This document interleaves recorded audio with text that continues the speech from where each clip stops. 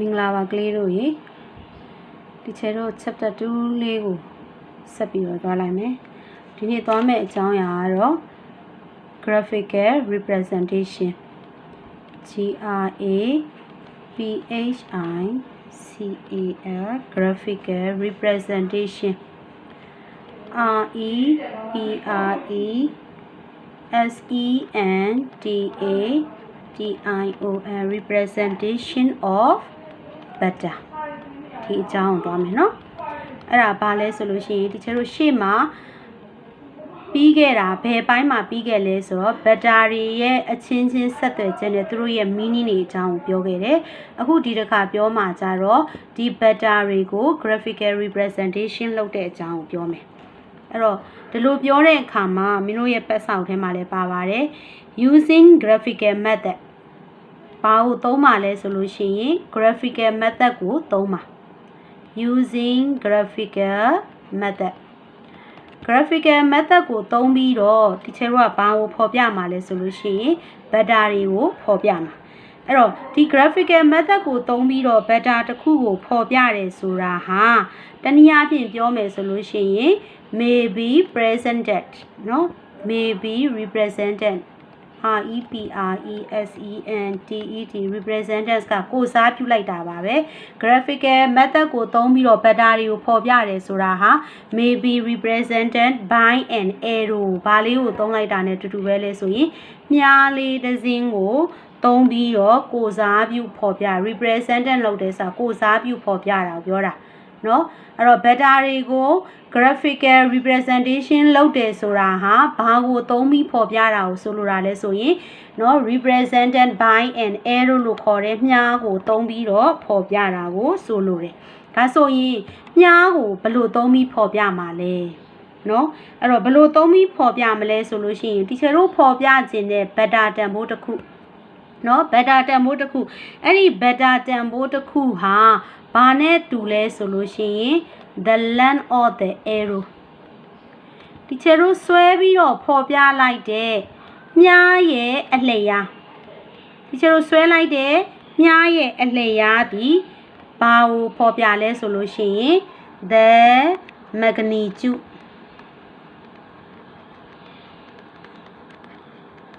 ပမာဏကိုဖော်ပြတယ်ဘာရဲ့ပမာဏလဲဆိုရင် of the betaဒီချေတို့သုံးမဲ့ beta တစ်ခုရဲ့ပမာဏဟာဆွဲလိုက်တဲ့ဘာပဲလဲဆိုရင်မြားရဲ့အလျားဟုတ်ပြီဒါဆိုလို့ရှိရင်မြားဆိုတော့ဒီမြားမှာဘာပါသေးတော့မြားကောင်းလေးပါတယ်ဟုတ်တယ်နော်မြားကောင်းလေးပါတယ်အဲ့တော့ the direction of the arrow DIRECTION the direction of the arrow ဒီချေတို့ဆွဲလိုက်တဲ့မြားလေးရဲ့ဥတီချက်ဟာဆိုလို့ရှိရင်ဘာကိုဖော်ပြတာလဲဆိုလို့ရှိရင်ဒီချေတို့ကိုစားပြုဖော်ပြမဲ့ beta ရဲ့ direction ကိုပြောတာ ਨੇ အတူတူပဲ the direction of the beta အဲ့တော့ဆိုလိုတာကတော့ beta တစ်ခုကိုမြားတစ်စင်းကိုသုံးပြီးတော့ဖော်ပြမယ်အဲ့လိုဖော်ပြလိုက်တဲ့အခါမှာဆွဲလိုက်တဲ့မြားရဲ့အလျားသည်ဒီချေတို့ဖော်ပြတဲ့ beta ရဲ့magnitude ပမာဏကိုကိုစားပြုတယ်ဆွဲလိုက်တဲ့မြားလေးရဲ့ direction ဟာတို့ဖော်ပြခြင်းတဲ့ beta ရဲ့ဘာပဲတော့ဥတီဘက်အဲ့တော့ဥတီဘက်လို့ပြောလာတဲ့အခါကျတော့တို့ကဘာသိဖို့လိုလာလဲဆိုတော့မင်းတို့ပထဝီဘာသာရဲ့မှာသိခဲ့တဲ့အရက်လေးမျက်နှာလေးကိုသိဖို့လိုအပ်တယ်နော်အရက်မျက်နှာကဘာလဲဆိုလို့ဒါဆိုလို့ရှိရင်မြောက်ရက်လေနော်ဒီကဆိုရင်အရှေ့ရက် north east ဒါက south town ဘက်ဒါက west အနောက်ဘက်ဘက်တာအခန်းကိုပြောပြီးဆိုလို့ရှိရင်ဒီချေတို့ပထဝီဘာသာရဲ့เนาะဒီအရက်မျက်နှာအညွှန်းဖြစ်တဲ့ဒါလေးကိုလည်းမင်းတို့သိထားဖို့လိုတယ် north east south west เนาะ NOR TH နော်ကဘာပြောဆိုမြောက်ရဲ့ east ကအရှေ့ရဲ့ south ကတောင်ရဲ့ west ကအနောက်ဘက်ထားပါတော့ဒီချေတို့ကဒါလေးကိုသိဖို့လိုတယ်ဆိုတာဘာလို့ပြောရလဲဆိုရင်ဒီချေတို့ဒီမှာဥပမာအနေနဲ့ beta Aဒီမှာ beta သင်ကြတာလေးbeta A is equal to 5 unit 5 unit ကိုမှသူကအနောက်မှာပေးထားမယ် east လို့ပြောမယ်ဒါဆိုရင်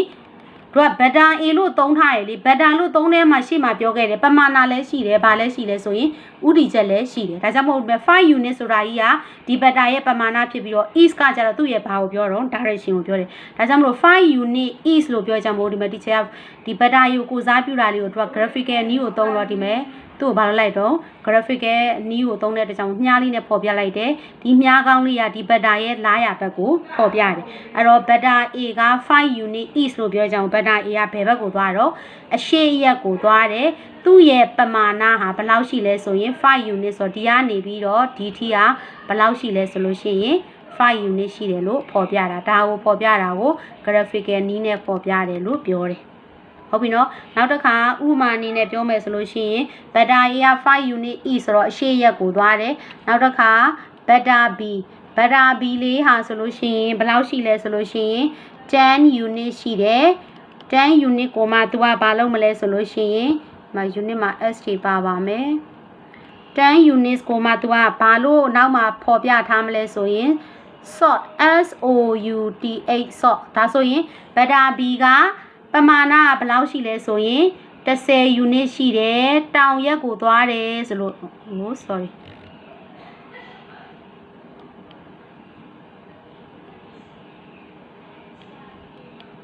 အဲ့တော့တောင်ရက်ကိုသွားမယ်ပြီးတော့ပမာဏကဘယ်လောက်ရှိလဲဆိုလို့ရှိရင်10 unit ရှိတယ်เนาะ10 unit ရှိတယ်တောင်ရက်ကိုသွားမှာဖြစ်တဲ့အတွက်ကြောင့်ဆွဲမယ်เนาะသူ့ကို graphical နဲ့ဆိုဒီမဲ့သွားမယ်အဲ့တော့ဒါကဘာကိုပေါ်ပြတာလဲဆိုရင် beta B ကိုပေါ်ပြတယ်เนาะ beta B ကိုပေါ်ပြတယ်သူ့ရဲ့ပမာဏကဘယ်လောက်ရှိလဲဆိုရင်10 unit ရှိတယ်ဆိုတော့ဒီကနေပြီးတော့ဒီထီကဘယ်လောက်ရှိလဲဆိုလို့ရှိရင်10 unit ဒါသူ့ရဲ့ပမာဏပေါ့ဟလာ beta B ရဲ့ပမာဏဖြစ်တယ် direction ကကြဒီမှာ source ဆိုတောင်ရက်ကိုသွားတယ်နော်ဘယ်လိုမျိုးလေးနဲ့ပေါ်ပြတာကိုဒီချက်တော့ဘာကိုပြောတယ်ဆိုတော့ graphical representation of beta လို့ပြောတယ်ဟုတ်ပြီနော်ဒါကြောင့်မလို့ဒီ beta တွေကို beta တွေရဲ့ပမာဏတန်ဖိုးတွေကို graphical နည်းနဲ့ပေါ်ပြရမယ်ဆိုဒီပထဝီဘာသာရဲ့အရက်မျက်နှာလေးကိုသိဖို့လိုအပ်တယ်အဲ့တော့နောက်တစ်ခုကဒီ graphical representation ကိုပြောပြီးသွားပြီဆိုရင်နောက်တစ်ခုကဘာအကြောင်းလာမလဲဆိုလို့ရှိရင် addition လုပ်တယ်ဆိုတာဘာလုပ်တာလဲဆိုရင်ပေါင်းဆက်တာ addition or two beta နှစ်ခုကိုဘာလုပ်တော့မလို့ပေါင်းတော့မယ်ဟုတ်ပြီနော် beta နှစ်ခုကိုပေါင်းတော့မယ်အဲ့တော့ပေါင်းဆက်တယ်ဆိုမှတော့အနည်းဆုံး beta ကဘယ်နှခုတော့ရှိရမှာနှစ်ခုတော့ရှိရမှာပေါ့ဟုတ်ပြီနော်အဲ့တော့အဲ့ဒီမှာဒီချေတို့က beta A နဲ့ beta B ကိုပေါင်းမယ်နော် beta A နဲ့ beta B ကိုပေါင်းမယ်ဆိုတော့သူပေးထားတာလေးကိုဒီမဲ့ဒီချေအကျန်းဆွဲလိုက်မယ်ဒါလေးက beta A နော်အဲ့ဒီ beta A ကိုဘာလုပ်မလဲဆိုရင်ပေါင်းမယ်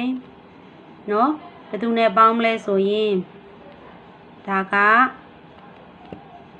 beta B ဒီ beta နှစ်ခုကိုဒီချဲကိုပေါင်းမယ်ဟုတ်ပြီအဲ့တော့ beta A နဲ့ beta B ကိုပေါင်းမယ်ဆိုတော့ to add ဘာလုပ်မလို့ပေါင်းဖို့ရန်ဘာနဲ့ပါလဲဆိုရင် beta A and beta B beta A နဲ့ beta B ကိုပေါင်းတော့မယ်ဆိုရင်တဲ့เนาะဘာလုပ်မလဲဆိုရင်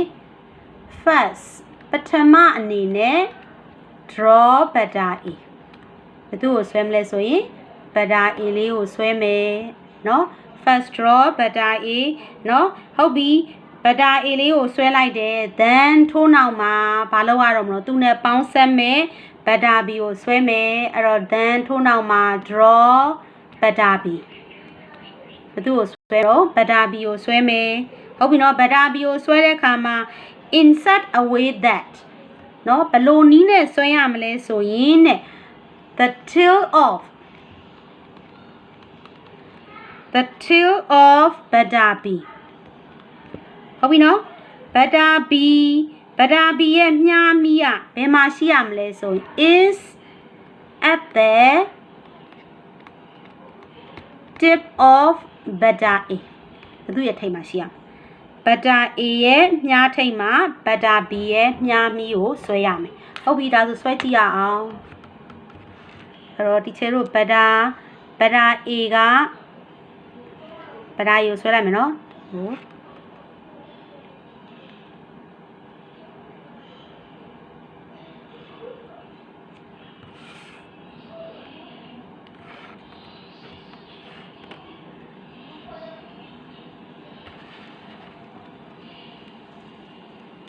ဒါက butter A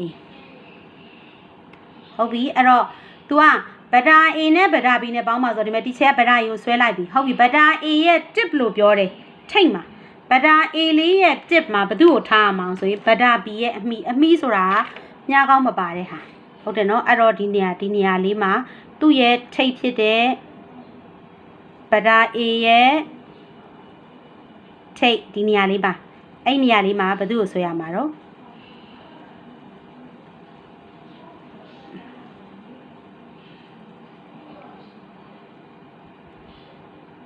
butter B လေးကိုဆွဲလိုက်ပြီဟုတ်ပြီနော်အဲ့တော့ butter A ရဲ့ butter B ရဲ့ကိုဆွဲလိုက်ပြီဟုတ်ပြီအဲ့တော့ဒီချက် butter A ကနည်းနည်းလေးဟွာဖြစ်သွားတယ်တူသွားတယ်ဒီချက်ဆက်ဆွဲလိုက်မယ်အောက်နည်းနည်းလေးကောက်ပါအဲ့ဆိုရင်ဒါကဒီချက်ရိုးရဲ့ butter A သူ့လာရအတိုင်းပဲသွားတယ်နော်ဒါက butter B ဒါဆိုသူတို့နှစ်ခုရဲ့ပေါင်းလက်ဖြစ်တဲ့ဟာကဘာလဲစက်ကြည့်မယ်နော်အဲ့တော့တို့ကပထမဦးဆုံး chain of butter B ကိုဘယ်မှာထားလိုက်တော့ chain of butter A မှာထားလိုက်တယ်ဒါဆိုရင်ဒီချက်တို့ဆွဲမဲ့ that butter ဟာဘယ်ကနေဘယ်ကိုဆွဲရမလဲဆိုရင် from the tail of butter A to the tip of butter B ဒီမှာ A ရဲ့အမီးလေးကနေပြီးတော့မှ B ရဲ့ဘယ်ကိုဆွဲမလို့ခေါင်းစီကိုဆွဲလိုက်မယ်ဒါလေးဟာဒီချက်တို့ရဲ့ resultant butter ဟုတ်ပြီနော်အကြတော့မှဒီမှာဒီချက်စာလေးကိုဆက်ရေးလိုက်ပါမယ် then ထိုးနောက်မှာဟလာဒီချက်တို့ရဲ့ that butter ကြီးကိုနော် draw a that butter 3ချိန်မြောက်ပါတော့ butter draw a that butter ကိုဒီချက်တို့ကနာမည်ပါလို့ပေးမလို့ butter ဒီမှာဒီပေါ်မှာလည်းဒီချက် butter ဆိုတဲ့သင်္ကေတလေးကိုထည့်လိုက်မယ်အဲ့ဒီ butter ကိုဆွဲပါမယ်ဆွဲတဲ့အခါမှာဘယ်လိုဆွဲမှာတော့ from the tail of butter A ရဲ့အမီးနဲ့ဘာနဲ့ကိုဆွဲမလဲဆိုလို့ရှိရင်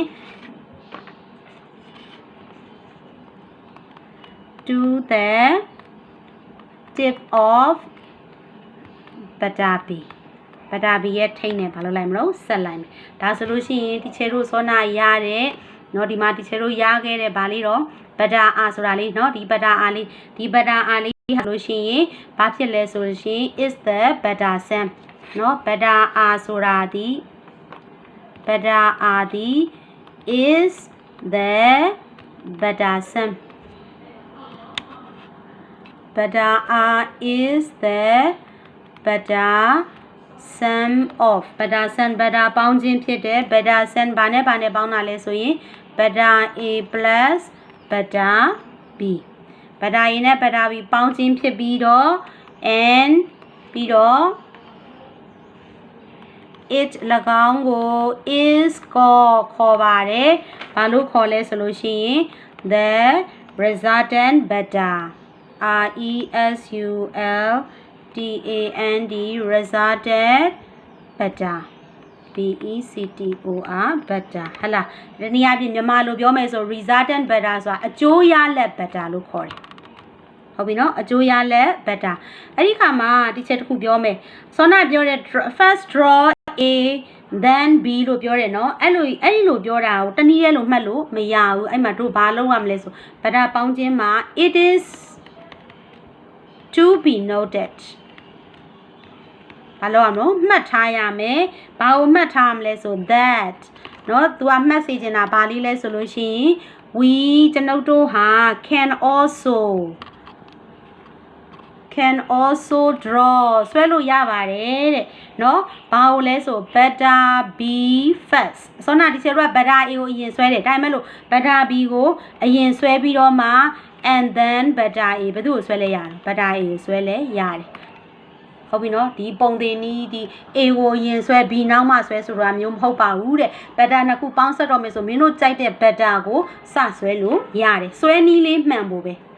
ဘလို့ဆွဲနည်းလေးမှန်ရမှာ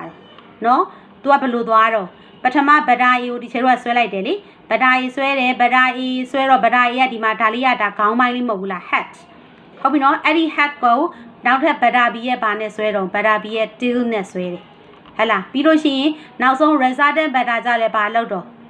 ဒီက tail နဲ့ဒီမှာရှိတဲ့ beta B ရဲ့ဘာနဲ့သွားဆက်တော့ hat နဲ့သွားမဆက်ဘူးလား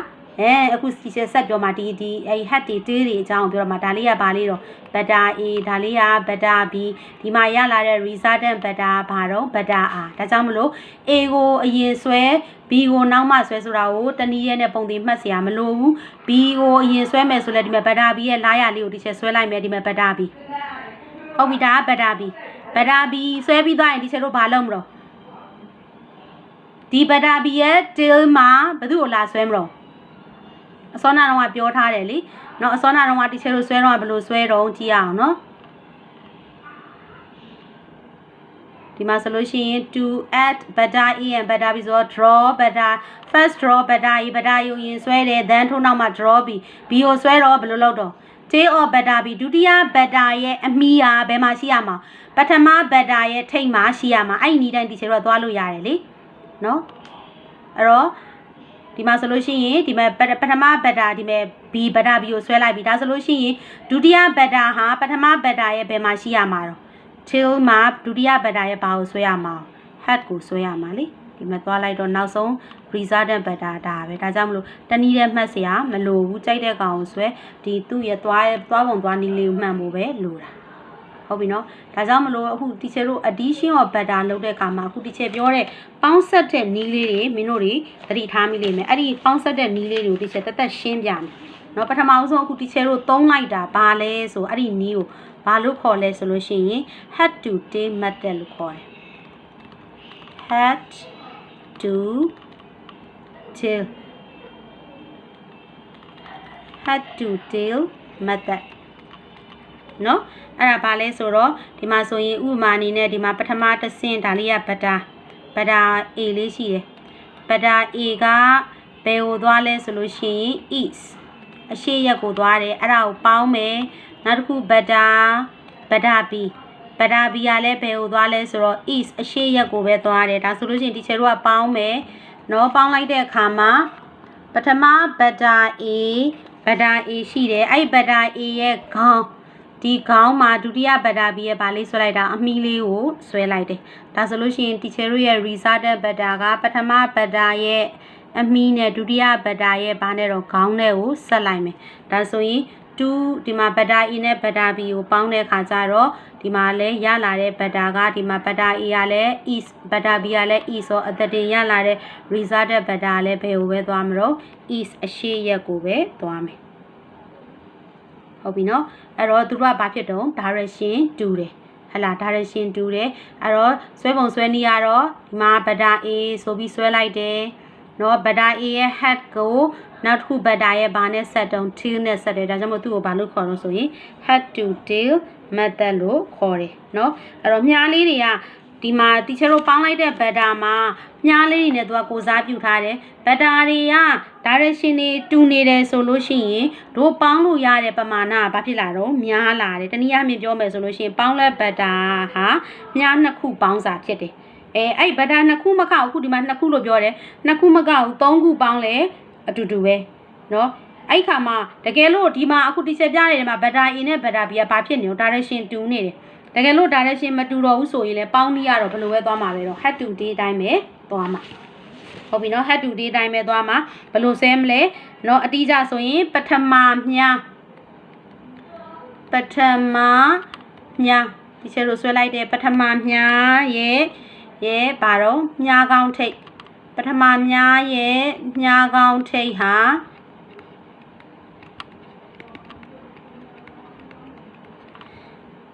မြားကောင်းထိပ်မှာရှိမှာတော့ဒုတိ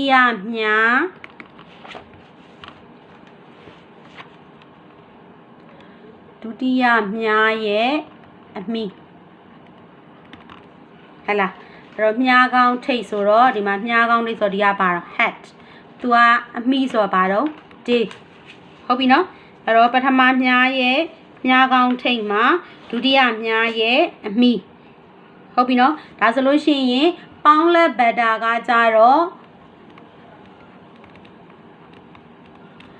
ပေါင်းလက်ဘက်တာကကြတော့ဘာနဲ့ဖြစ်သွားမလို့ပေါင်းလက်ဘက်တာကပထမမြားရဲ့ဘာနဲ့သွားမှာအမိပထမမြားရဲ့အမိနဲ့ဒုတိယမြားရဲ့ခေါင်းဟုတ်ပြီနော်ဒီမှာပထမမြားရဲ့အမိဆိုတော့ဒါက tail ဒုတိယမြားရဲ့ခေါင်းဆိုတော့ဒါက head ဒါကြောင့်မို့ head to tail ဟုတ်ပြီလား head to tail ဆိုပြီးတော့သွားမှာအဲ့ဒီ method က head to tail method ဒါ pattern နှစ်ခုပါလောက်တာလဲဆိုရင် addition လောက်တာဟုတ်ပြီနော်အဲ့တော့ pattern နှစ်ခုကို addition လုပ်တဲ့အခါမှာပထမနည်းပါပြောခဲ့လဲဆိုလို့ရှိရင် head to tail နည်းကိုပြောခဲ့တယ်အဲ့ဒီ head to tail နည်းကနေပြီးတော့မှတီချာတို့ဘာသိလာလဲဆိုရင်စောနာတော့ကလည်းပေါင်းဆက်ခြင်းမှာတော့တီချာပြောခဲ့တယ် beta A နဲ့ beta A နဲ့ beta B နဲ့ကိုပေါင်းတယ်နော်အဲ့ဒါမှာ beta A ကိုစဆွဲလဲရတယ် beta B ကိုစဆွဲလဲဘာပဲတော့ beta B ကိုစဆွဲပြီးတော့ beta A နဲ့ပေါင်းလဲတန်ဖိုးခြင်းရပါပဲတော့အတူတူပဲဒါကြောင့်မလို့အဲ့ဒီမှာဘာလေးတစ်ခုတွေ့ရလဲဆိုရင် addition of beta addition addition of beta beta တွေပေါင်းတဲ့အခါမှာနော် addition of beta ဟာဘာဖြစ်စေလဲဆိုလို့ရှိရင် addition of beta is commutative ဖလှယ်ရကုန်တတ်တည်နဲ့ပြည့်စုံတယ်အဲ့ဒါဘာသဘောလဲဆိုလို့ရှိရင် A ကိုအရင်ဆွဲပြီးမှ B နဲ့ပေါင်းလဲ resultant beta ပမာဏကအတူတူပဲ B ကိုအရင်ဆွဲပြီးမှ A နဲ့ပေါင်းလဲရတဲ့တန်ဖိုးကအတူတူပဲဒါကြောင့်မလို့ addition of beta ကနော်ဘာကုန်တတ်တည်နဲ့ပြည့်စုံလဲဆိုရင် commutative လို့ခေါ်တဲ့အပေါင်းဖလှယ်ရကုန်တတ်တည်နဲ့ပြည့်စုံတယ်ဒါကနော် algebra နည်းနဲ့စဉ်းစားမယ်ဆိုရင်သူကအပေါင်းဖလှယ်ရကုန်တတ်တည်နဲ့ပြည့်စုံတယ်ဒါလေးကို head to tail method လို့ခေါ်တယ်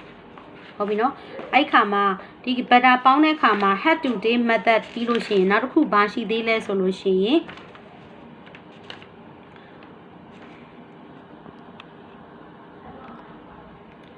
1.2 ကဘာ method လဲဆိုရင်parallelogram PARALLELOGRAM parallelogram method ဒုတိယနည်းက parallelogram method parallelogram ဆိုတာကြားဘူးတယ်နော်အနယ်ပြိုင်စတုဂံ method အဲ့ဒါကဘာကိုပြောချင်တာလဲဆိုလို့ရှိရင်ဒီချက်တို့ဒီမှာ beta နှစ်ခုရှိတယ်နော် beta နှစ်ခုရှိတယ်ဒါလေးက beta A ဒါက beta B သူက beta A သူက beta B အဲ့ခါမှာနော်အမှန်တကယ်တော့သူကလည်းဘာပဲလဲဆို head to tail method တစ်မျိုးပဲဒီမှာဆိုကြည့်လိုက်ဒီမှာကျတော့သူက beta A ရဲ့အမီဒီမှာ beta B ရဲ့အမီတနည်းအားဖြင့်ဆိုဖင်ချင်းဆိုင်နေတဲ့ beta နှစ်ခုကိုပေါင်းကျင်တယ်ဆိုလို့ရှိရင်နော်ဘယ်လိုလုပ်ပြီးလုပ်မလဲဆိုမြားကောင်းမြားမီဆိုပြီးတော့ပေါင်းလို့ရတယ်နော်အဲ့တော့အဲ့လိုမျိုးဖြစ်ဖို့အတွက်ဆို beta တစ်ခုကိုဘာလုပ်လိုက်မလဲဆိုရင်အပြိုင်ရွှေ့လိုက်မှာဒီမှာဆိုလို့ရှိရင်ဒီမှာ beta A ကဒီတိုင်းသွားတယ်နော် beta A ကဒီတိုင်းသွားတယ် beta B ကဒီလိုလေးသွားတယ်အဲ့ဆိုသူတို့ရဲ့ resultant beta ကဘာဖြစ်မှာ resultant beta ကဒီမှာလေ beta A နဲ့ beta B ကိုဆက်လိုက်လို့ရှိရင်ဒါကဘာပဲတော့ resultant beta R ဟုတ်ပြီနော်အဲ့တော့ဒီလိုအနေထားအခုပထမဦးဆုံးပုံမှာတော့ဒါပုံ1မှာကဒီလိုအနေထားရှိတယ်အဲ့ဒါကိုဒီချေတို့ကဘယ်လိုပြောင်းလို့ရလဲဆိုလို့ရှိရင်မျက်နှာချင်းဆိုင်အပြိုင်ရွှေ့လိုက်ရင်ဒီကောင်က beta A ဆိုရင်ဒီဘက်ကဘာဖြစ်သွားမလဲဒါက beta B နည်းနည်းလေးတော့ဟိုပါဖြစ်သွားတောင်းမှမကြတော့ဖြစ်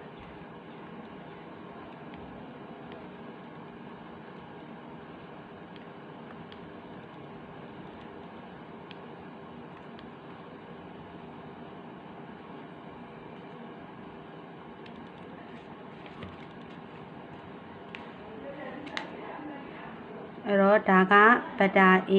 bada e da o teacher ba bongsan ne pian piang mi lo da le so yin had to day bongsan ne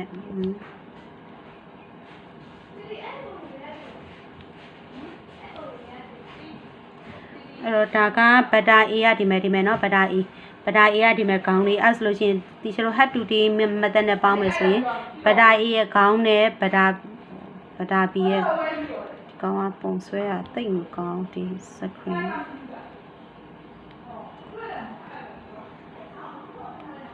အဲ့တော့ဗဒါ A ရဲ့အရှိမတီးခဲ့တဲ့နီးတိုင်းဆိုလို့ရှိရင်ဗဒါ A ရဲ့ဘာနဲ့တော့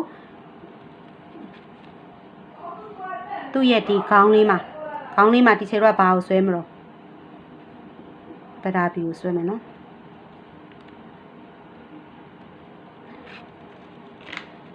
ဆွဲလို့မကောင်းပါစခရင်อ่ะညာကောက်တာညာ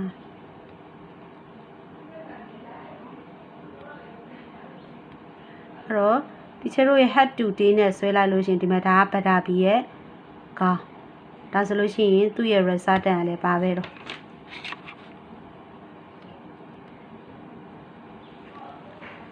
ဒါက resultant ဗဒါဒါဆိုဒီမှာဆိုလို့ရှိရင်